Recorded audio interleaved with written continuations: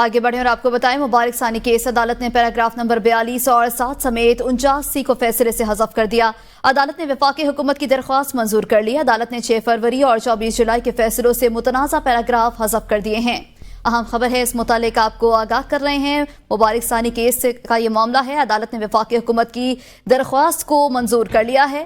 مبارک ثانی کیس عدالت نے پیراگراف نمبر 42 اور 7 سمیت 49 کو فیصلے سے حذف کر دیا۔ عدالت نے وفاقی حکومت کی درخواست منظور کر لی۔ عدالت نے 6 فروری اور 24 جولائی کے فیصلوں سے متنازع پیراگراف حذف کر دیے ہیں۔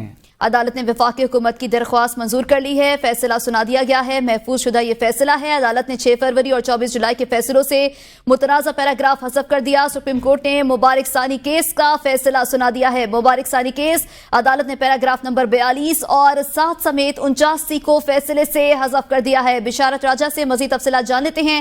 جی بشارت، بتائیے گا، محفوظ شدہ فیصلہ سنا دیا گیا ہے، کیا تفصیلات ہیں؟ جی ابھی فیصلہ محفوظ فیصلہ سنایا نہیں گیا۔ وقفے کے بعد جب سماعت دوبارہ شروع ہوئی تو لطیف کھوسہ روسٹروں پر گئے۔ اس دوران یہ ریمارک دیے گئے کہ عدالت نے پیراگراف نمبر 42 اور 7 سمیت 49 کو فیصلے سے حذف کر دیا ہے۔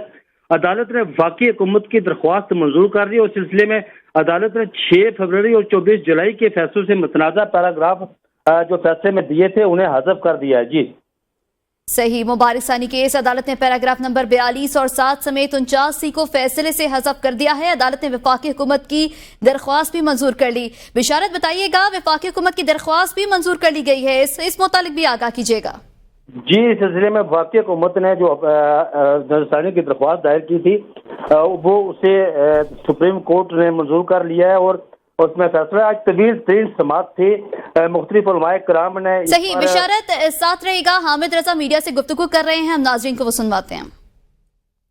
سنایا گیا اس میں تو انہوں نے کورٹ نے کہا ہے کہ ہم نے جو متنازع پیراجات ہیں وہ اس کو حذف ہم کر دیں گے، لیکن یہ اس معاملے کو مستقل طور پر دیکھنے کے لیے پاکستان مرکزی مسلم لیگ جو ہے اس نے تحریک تحفظ ختم نبوت کا باقاعدہ طور پر اعلان کیا ہے اور انشاءاللہ العزیز ہم آئندہ اس مسئلے کو پورے ملک میں بہتر طریقے سے لے کے چلیں گے۔ ذرا سن لیں، بسم اللہ الرحمن الرحیم۔ دیکھیے، ہم نے 3.5 گھنٹے standing committee on law and justice کے سپورٹ کیا گیا تھا۔ صاحبزادہ صاحب نے پوائنٹ آف آرڈر پہ قومی اسمبلی میں جو ہے اس ایشو کو اٹھایا گیا تھا اور اکراس دی آئل، یعنی بغیر کسی متنازع اس امر کے کہ کوئی حکومتی بینچ میں ہے یا کوئی اپوزیشن میں ہے، سبھی یک زبان بولے کہ یہ اسلام کے خلاف سازش ہے، یہ اسلامی امہ کے خلاف سازش ہے اور یہ فتنہ اور فساد کی جو ہے جڑ رکھی گئی ہے ان فیصلوں کے ذریعے سے۔ پہلا فیصلہ آیا اور ریویو میں الٹا اس میں اور زیادہ نمک پاشی کی گئی، 2 فیصلے سپریم کورٹ نے، اور پھر اس کے بعد جو انہوں نے یہاں سے وضاحتی بیانات جاری کیے وہ اس سے بھی زیادہ جھوٹ کا ملبہ تھا۔ سو اس لیے جب سارے ہاؤس نے کہا کہ ابھی جو ہے اس میں جو ہے قاضی فائز عیسیٰ اور اس بینچ کو جو ہے نہ صرف یہ کہا جائے کہ یہ فیصلہ ختم کرے، پارلیمنٹ ختم کرے، بلکہ ان کے خلاف بھی جو ہے کارروائی کی جائے، تو پھر اسپیکر نے یہ ہمارے طرف بھیج دیا standing committee on law and justice کے پاس۔ ہماری 3 نشستیں ہوئی، 3.5 گھنٹے ہوئے اور بحث اور تمیز ہوئی، اس میں کوئی اختلاف نہیں تھا کسی کا، کیونکہ جہاں تک رسول اللہ صلی اللہ علیہ وسلم کا تعلق ہے اور ختم نبوت کا تعلق ہے، ہماری جان، ہماری اولاد، مسلمان کے جذبات یہ ہیں کہ ہم قربان جائیں، ان کی آنچ نہیں آنے دے سکتے اور نہ تصور کر سکتے ہیں۔ غلام محمد ایک فتنہ تھا جس کو جو ہے انٹروڈیوس کیا گیا سہوانی قوتوں اور قادیانی، جنہوں نے انٹروڈیوس کیا گیا اسلام کو کمزور کرنے کے لیے۔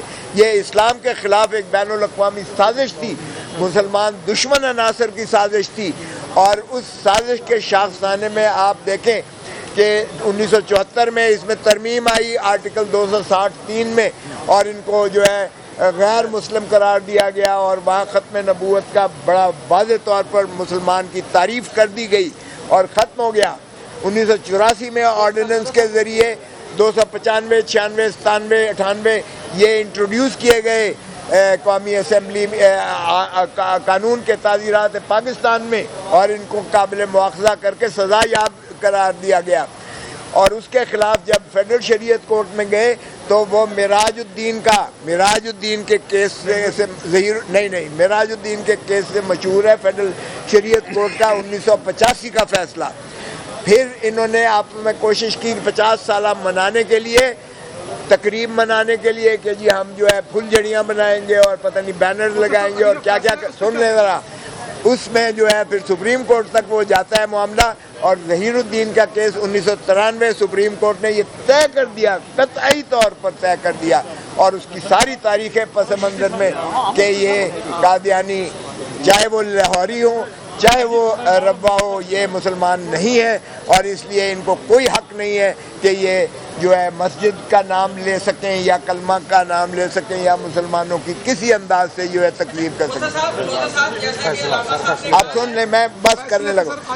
ہمارا فیصلہ یہ ہوا تھا کہ اس فیصلے کو، پہلا فیصلہ اور دوسرا فیصلہ جولائی کا جو سپریم کورٹ نے ریویو میں کیا ہے، دونوں فیصلوں کو سپریم کورٹ جو ہے کالعدم قرار دے کر واپس لے، اور یہ کیوریٹو، ریمیڈیل اور جو ہے کمپلیٹ جسٹس کی ایک پٹیشن دی جائے، جو ہم نے حکم دیا کہ وفاق جو ہے وہ اس کو دائر کرے گی، اور وفاق میں دائر کرنے کے بعد ہم جو ہے اس کو سارا اریز کریں گے، اور پھر یہ بھی طے کیا جائے گا کہ کیا اس فتنے کے پیچھے کوئی سازش ہے یا یہ سہون ہوا ہے. سہون ہم کوئی ماننے کو تیار نہیں تھا. پہلا فیصلہ ہوا اور پھر ریویو میں ریپیٹ کیا گیا، تو اس لیے ہمیں کوئی شائبہ نہیں ہے کہ آج جو دیا گیا ہے، جس طرح صاحبزادہ صاحب نے کہا، آج بہت ہی مبہم قسم کا کیا گیا ہے کہ متنازع جو پیراگرافز ہیں ان کو جو ہے حذف کرنے کے لیے کہا گیا. ہم فیصلے کلیتاً متنازع سمجھتے ہیں، کلیتاً ہم مسلم امہ کے اوپر جو ہے ہم سمجھتے ہیں ایک ایسا شب خون مارا گیا ہے.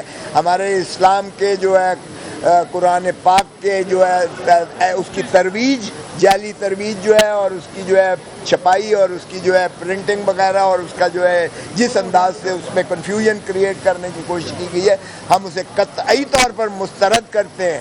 تو تفصیلی فیصلہ آنے کے بعد انشاءاللہ باقی بات کریں. بسم اللہ الرحمن الرحیم. ساری قوم کو آج بہت بہت مبارکباد ہو کہ پوری قوم ایک ٹینشن میں تھی، پریشانی میں تھی. اللہ کریم نے کرم فرمایا اور پیارے آقا صلی اللہ علیہ وسلم کی نظر عنایت سے آج سپریم کورٹ نے اپنا فیصلہ واپس لے لیا ہے. الحمدللہ علی ذالک. جملہ معترضہ جتنے قابل اعتراض پیراگرافز تھے سب حذف کرنے کا وعدہ کر دیا اور ٹرائل کورٹ کی طرف منتقل کر دیا مجرم کے کیس کو. اب صورتحال یہ ہے کہ آئندہ بھی علماء کے مشورے سے یہ فیصلہ تحریر کیا جائے گا. تفصیلی فیصلہ چند دنوں میں آئے گا. اللہ رب العزت کی مدد سے میں مکہ المکرمہ میں مسجد نبوی میں تھا. 4 دن پہلے عمرہ کے لیے گیا ہوا تھا. میں نے اپنے عمرہ کے ایام جو ہے وہ کم کر دیے اور 4 نمازیں فقط گنبد خضرا مسجد نبوی میں ادا کی اور واپس پہنچا کہ اس عظیم الشان کاز کے لیے ہمیں سب کچھ قربان کرنا لازم ہے یہاں پر. اور میں نے وہاں یہی دلیل پیش کی جو مسجد حرام میں مکی میں میرے ذہن میں آئی کہ جب 200، یہ بات سب لوگ نوٹ کر لیں، 298C اس میں کوئی قید نہیں لگائی گئی کہ عوامی سطح پر یا نجی سطح پر، کوئی تفریق نہیں کہ عوامی سطح پر وہ اپنے کفری عقائد نہیں پھیلا سکتے اور نجی مقامات پر پھیلا سکتے ہیں. آئین اور قانون میں یہ کوئی گنجائش نہیں. سپریم کورٹ کے فیصلے میں یہ ابہام پیدا کیا گیا تھا. تو میں نے گزارش کی چیف جسٹس صاحب کے سامنے کہ جب ایک مطلق حکم تھا تو ہمارے شرعی قانون کے مطابق بھی المطلق یجری علی اطلاق ہی، آپ کے قانون کے مطابق بھی سپریم کورٹ مقننہ کی قانون سازی میں کوئی مطلق الفاظ میں قید نہیں بڑھا سکتی، کنڈیشن نہیں لگا سکتی. کیونکہ یہ ایک نئی قانون سازی کے مترادف ہوگا. اس بات کو بڑا پسند کیا اور میں کہتا ہوں کہ یہ حرم مکی کا فیض تھا جو میرے ذہن میں وہاں یہ سوال پیدا ہوا. اور ایک شعر وہاں میرے ذہن میں اترا اور میں نے یہاں سنایا کہ علامہ اقبال کا شعر ہے کہ الفاظ کے پیچوں میں الجھتے نہیں دانا، غواص کو مطلب ہے صدف سے کہ گوہر سے، کہ آپ لفظی باشوں میں نہ پڑیں.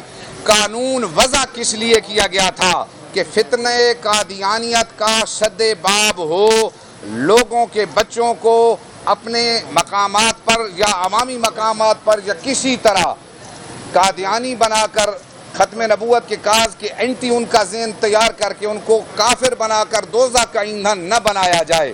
اس فتنے کا سد باب کرنے کے لیے قانون سازی کی گئی. تو میں نے گزارش کی کہ قانون سازی